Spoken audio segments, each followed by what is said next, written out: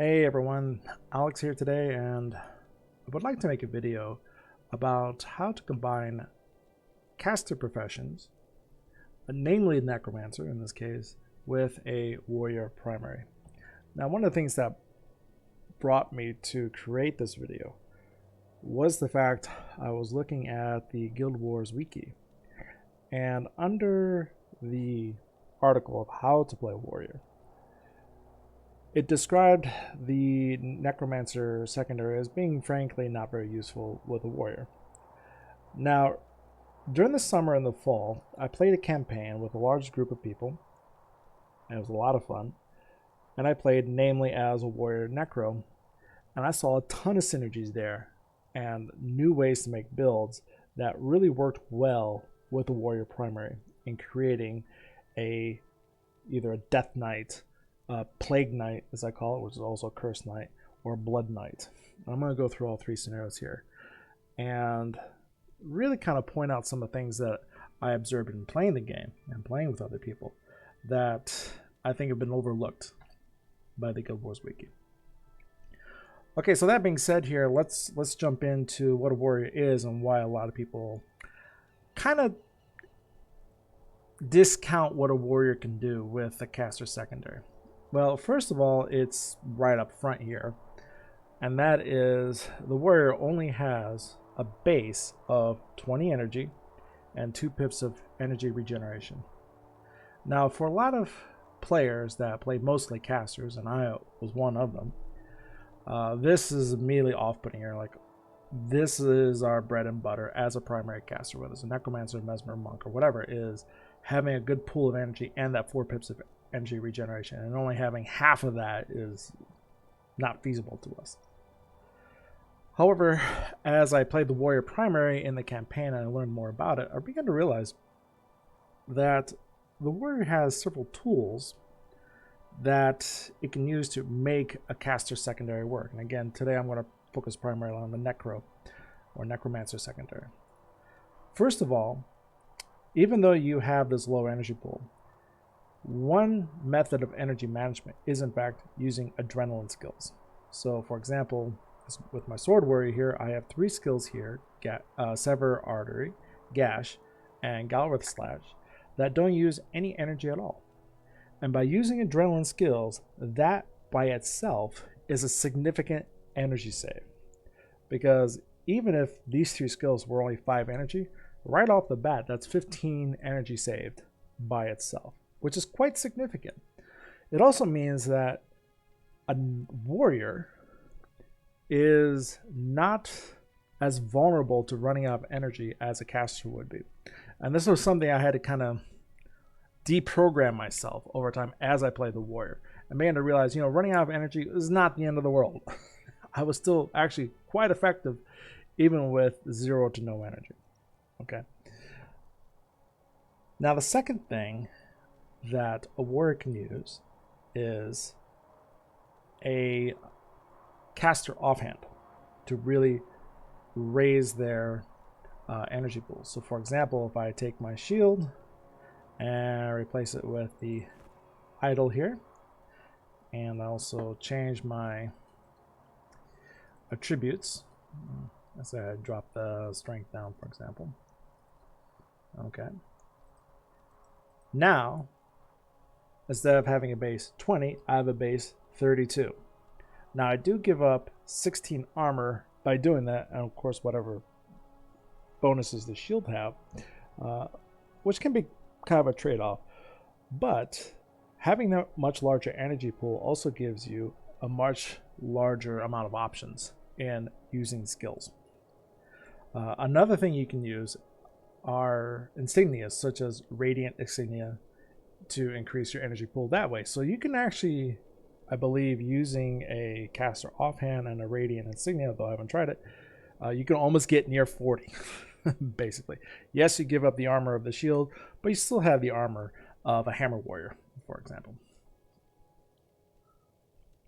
Last but not least, there are certain skills that you can use to regenerate your energy.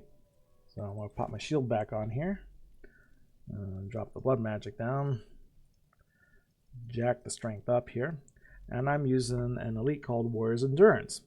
So by using this one, each time I hit, I gain 3 energy, which is great. And using that, I can refill my energy bar very quickly, which is kind of the base in this particular skill build here.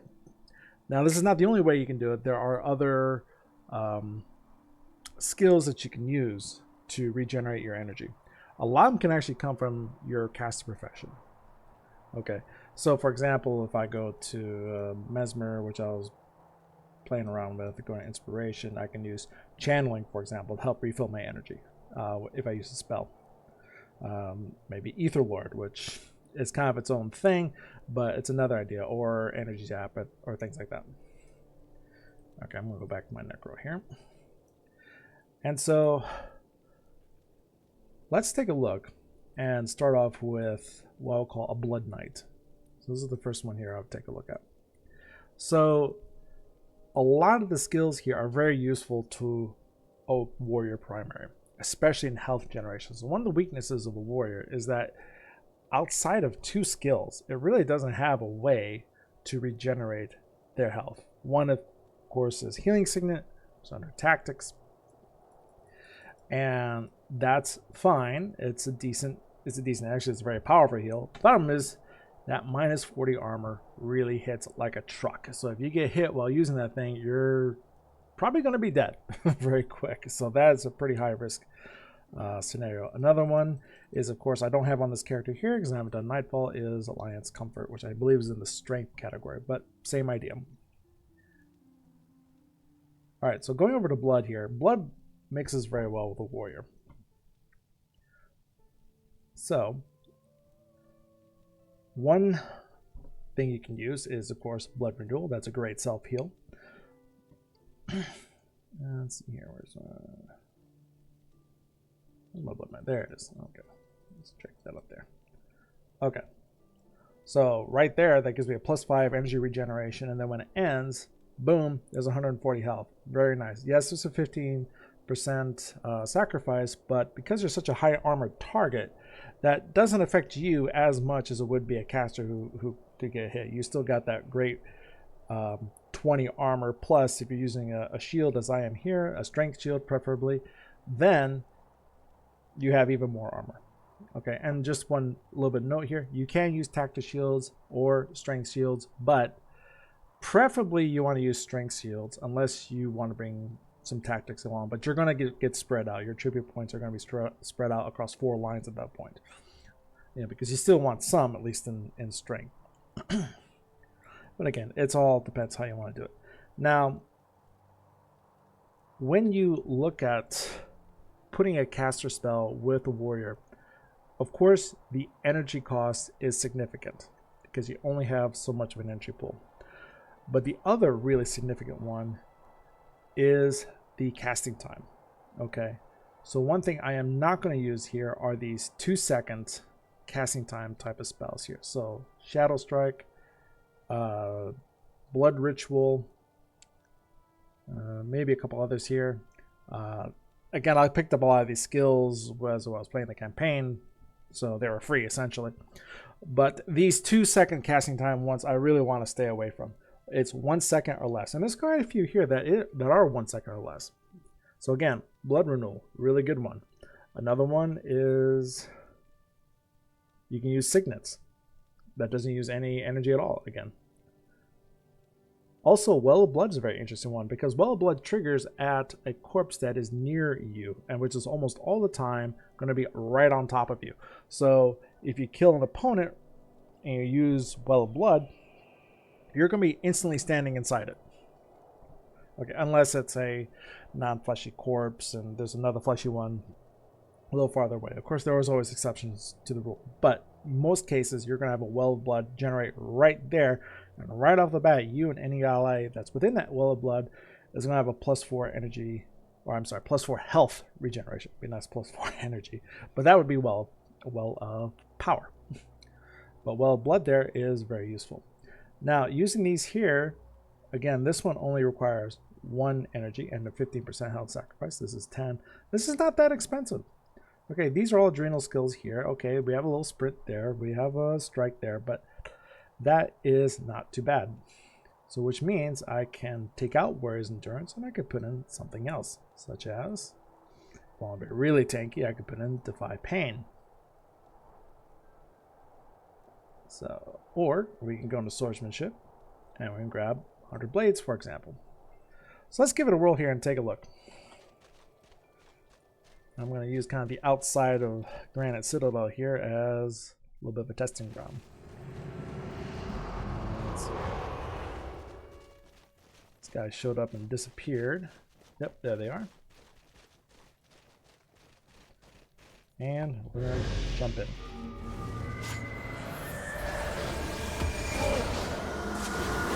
So I'm already cursed.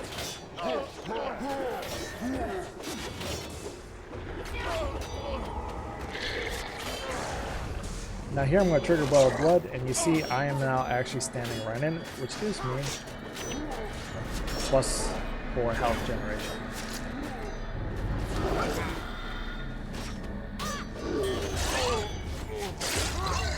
There we go. Let me do this. This may be a little bit too much. Another Well of Blood there. And yes, I'm out of energy, but that's why I have my adrenaline skills.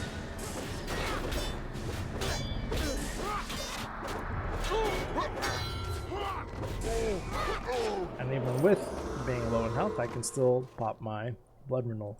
Now this is probably a bit overkill because this is both healing type of skills, but it gives kind of the concept. Alright, let's mosey back inside. And we'll go with next topic, which is going to deal with curses.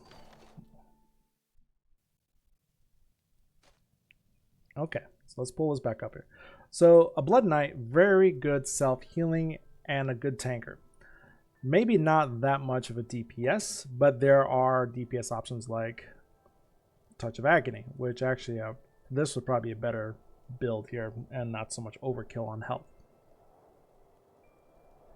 Alright, so let's draw Blood Magic down, and we're going to go up to Curses. Alright, we're going to drop this right. Curses. Curses also matches really well with a Warrior Primary. Again, to me, the casting time is the key thing. And Barbs, I would love Barbs. Barbs is a great skill, but that 2-second casting time is a bit much. It does have that 5-second recharge, which is nice, but again, most targets are going to be dead by the time you fire this off, unless it's a boss. Okay, now there are really, really good skills here. First one, of course, Plague Touch. Plague Touch, I love Plague Touch. One of the key ways to get around a warrior's armor is conditions, namely maximizing that energy, or I'm sorry, maximizing that health degeneration. So conditions being one, hexes being another. But conditions are much more easy to apply. Well, that's not the case with Plague Touch. Plague Touch becomes a Plague Knight, and that becomes a very scary thing. So Plague Touch goes here. Another great one is Mark of Pain. Mark of Pain can really explode damage. And the good thing is because you're the one applying it and you're the one hitting that target, you know it's going to blow up. So you can actually apply it far more effectively than a Necromancer would. Another good one here is Weaken Armor is always good for another condition. However, the one I am thinking of is Insidious Parasite? No. Rigor Mortis. I'm sorry. So Rigor Mortis. I highly recommend Rigor Mortis for Warrior if you're running Necromancer secondary. Here's the thing. I have been both a Necromancer primary and now Warrior primary. The Necromancer primary is not going to have, or it's not going to be focused on who's blocking or not. First of all, they're not the one hitting the target. Okay. So they don't see the blocks coming up here. So they don't know who to apply Rigor Mortis to. As a warrior, the instant you see that block come up, you know who to apply Rigor Mortis to. So having Rigor Mortis is actually much more helpful to a warrior primary, or also a ranger primary, or some type of melee primary, than would be the case of a Necromancer primary.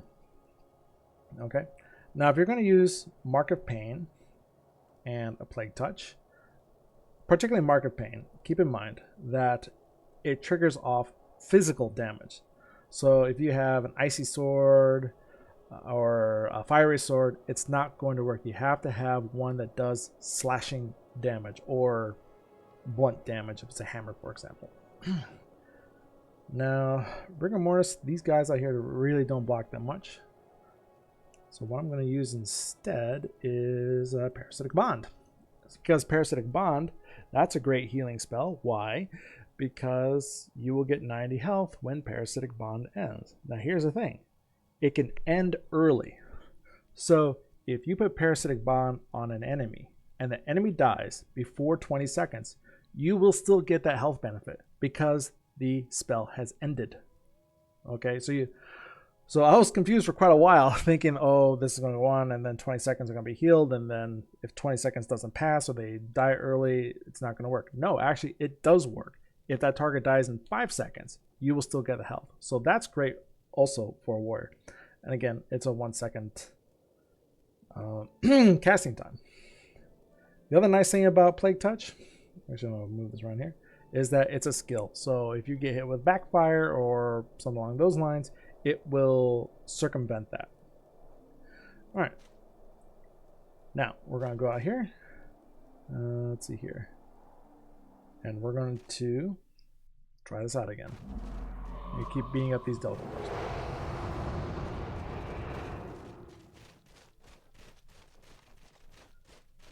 Come on out. There they are. Okay. So this time I'm going to use Parasitic Bond. Get up here. Now I'm going to put Mark of Pain. And now you're starting to see the numbers go up. Although I think I may have lost my target there. That's alright. Alright, so he's going to run.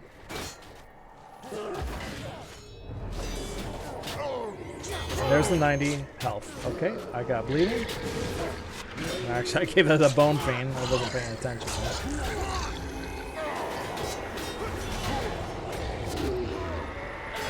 I used Mark of Pain here. I didn't use it very well because that guy was almost dead.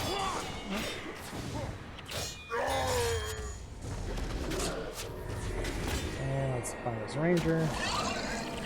Let's not get body blocked. We'll give him my bleeding here.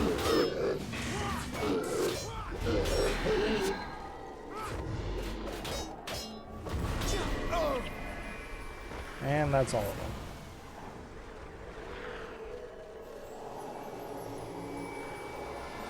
And there you go. So that worked fairly well. Again, that Mark of Pain being 10 energy is expensive for a warrior, so you have to be careful and just shooting it everywhere, but it's also a 20-second recharge, so you won't be able to shoot it anywhere anyways. So let's head inside.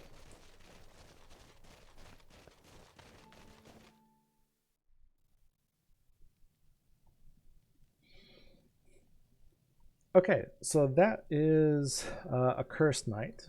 Again, there's a lot of things with curses here that can work very well. Insidious Parasite is also a good one, although then it is also expensive. So this one I would match with that Warrior's Endurance, and maybe Spinal Shivers I would also match with the Warrior's Endurance. But Spinal Shivers, you would also need that Icy Sword, which I have. Alright, let's go to the last one. The Death Magic, i.e. the traditional, what we've been looking for, the Death Knights. We're going to get rid of these curse skills. And we're going to go up to Death. Okay, now as far as the Death goes, you have to really look through the skills there. You're not going to be a minion master, so throw the minion skills out, other than in one scenario here, which I'll touch on here in just a second. But really, the Death Magic is one that you have to think carefully with. One good one is using a Well. Okay, so Well of Suffering matches well because, again, as I showed with the Well of Blood, when you trigger it, it's going to land right where you're standing. So every enemy that you're fighting in that area is also going to instantly get that -4 health degeneration. While with a Necromancer in the backfield, if there's a fleshy creature or enemy that kind of bum rushed them and they died, that well is going to generate where that enemy is and could be away from the front line, which doesn't help you at all. Okay. Another one is Putrid Explosion, which can actually shoot off a lot of damage. Necrotic Transversal, same thing. Consume Corpse, which also gives you health and energy, which is great. So this is always a good one. So Corpse Manipulation is a good one for Death Knight. Now, what I would not use is Rotting Flesh. Expensive, 3-second energy cast, 3-second recharge. And yeah, this one's not a great skill for a warrior primary. Not saying you can't use it, but it's not recommended. What is recommended though instead of that is Tainted Flesh. So Tainted Flesh, anyone that hits you is going to get diseased. And this can work really well in PvE because if an enemy hits you that's not your same race or your same species, I should say, then that's going to spread very, very quickly. So with these dwarves out here, they're not humans. It's going to spread among all the dwarves, but they're not going to spread back to the humans. So that's one thing that's really well. One thing I do like is Vile Touch. Vile Touch is great, especially with that Warrior's Endurance. So if I go to Strength here, let's see, go to Warrior's Endurance. This one can recharge fairly quickly, especially if I use one like Berserker Stance that really recharges it quick. Let's go back to Death here and let's see what else would I like to do. Putrid Explosion, pretty expensive there. Soul Feast, that could be a great heal, but I don't like its energy cost. That's 10, that's a bit high. But we can use Necrotic Transversal, because that makes you poison to anyone that's around you, where you land. It could be interesting shenanigans. But for this, because I'm using Warrior's Endurance and I can also use Berserker Stance to fill up quickly, I'm actually use a well here. Okay, let's see how this goes.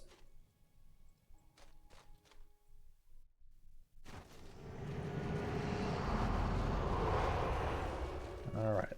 So here we go. We're going to trigger Warrior's Endurance. I'm going to get right in here.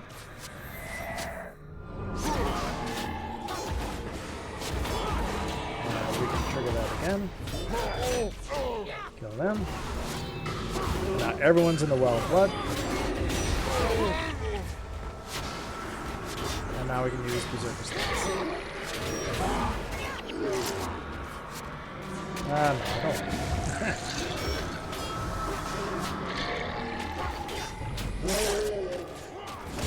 Let's see, let's get over the Ranger.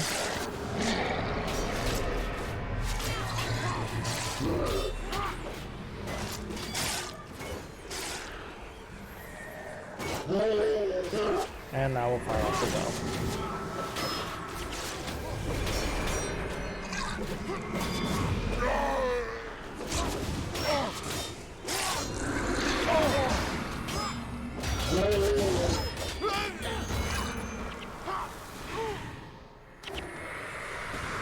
Start with that. Put the Warrior's Endurance on. And down it goes.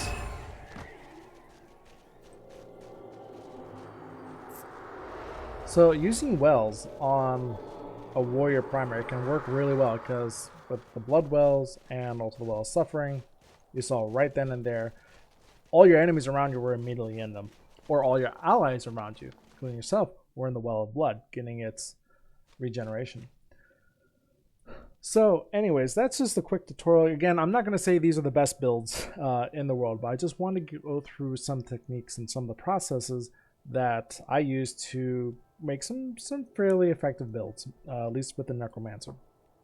The Necromancer matches quite well with a warrior primary as long as you're smart in what you're doing. Now, a few cases there, I was firing off maybe too many spells and I ran into energy issues, but if that's the case, you still have over half your bar if you're using adrenal skills, like at least I have 3 here that you can fire away with.